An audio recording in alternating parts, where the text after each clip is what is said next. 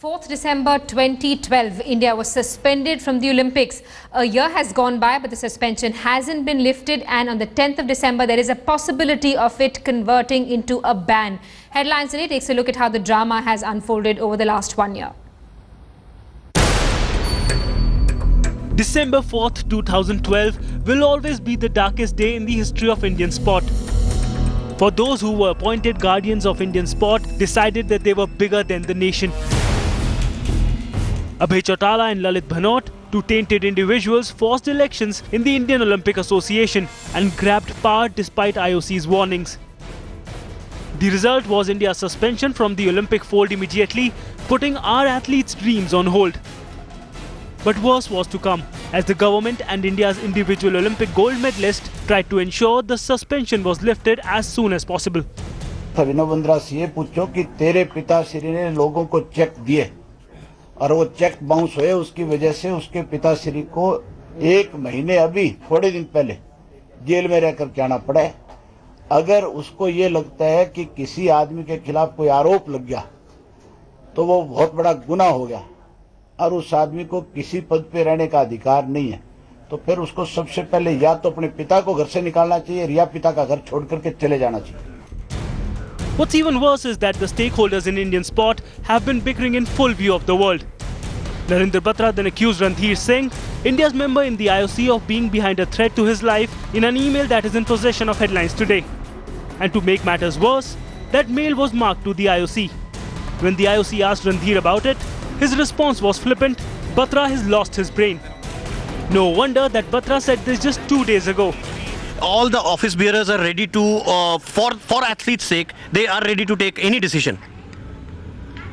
Including the IOC member, huh? Including the IOC members. You think so? Ask him first. Right. And as these men bickered, it's the sportsperson who are being made to pay. The boxers are barred from international competitions. The shooters won't be able to win quota places for big sporting events. Wrestlers are being sent back from competitions.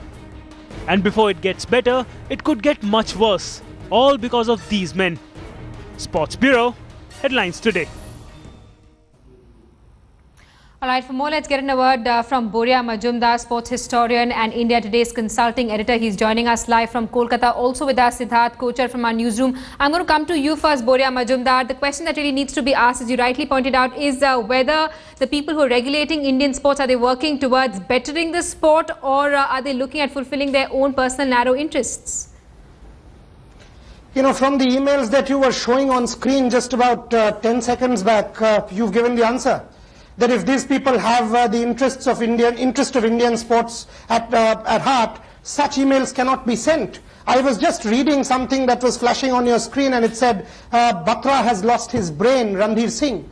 Now, these are two very senior administrators we are talking about. Randhir Singh is India's IOC member. He is writing about the president of Hockey India that X has lost his brain. And who is he writing to? He is writing to Christophe de Keeper, who is the head of NOC relations and the person in charge to deal with the Indian situation.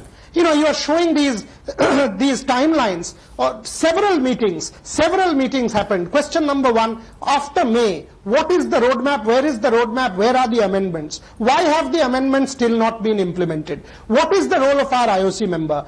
You know, the mails that you were flashing on your screen, which Headlines Today is an exclusive possession of, clearly says a real story, a story that is shameful, a story that is distasteful, that is disappointing, that is demoralizing, that is frustrating, and that is disgusting.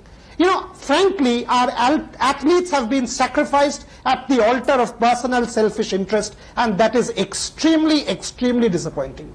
Right, athletes being sacrificed at the altar of personal interest. Let's also get a word from Siddharth Kochar, who's joining us from our newsroom. Siddharth, if you were to take the example of the charge sheet clause that the International Olympic Body has been asking for, what's the Indian body's argument for not including it till now?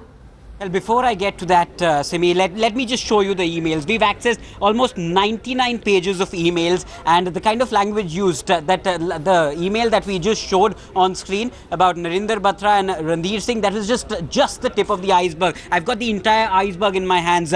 This is a mail sent by Randhir Singh on the day before the executive board of the IOC meets in Buenos Aires on the 4th of September this year. And what does it say? what is Randhir Singh, India's member in the IOC, the man who's supposed to safeguard India's interests in the IOC, what does he say to the IOC? Don't let them get away. Our last chance to clean sport in India. Hi, Christoph reached London today. Will be with you early tomorrow morning. Keep the pressure on the crooks. The crooks. That's what he's calling members of the IOA. Now, is that the kind of picture we want to paint to the IOC, especially when we're trying to fight suspension? We're actually suspended and we're trying to fight a ban. That's what's been revealed by this huge cache of emails that we've accessed. Emails that show that Randhir Singh has been indulging in not just with a double game between the administrators and Indian sportspersons, but he's also been betraying Indian sports. Absolutely. Sports regulators betraying the country and jeopardizing the career of Indian sportspersons. Boria Majumdar and Siddharth, thanks so much for those details.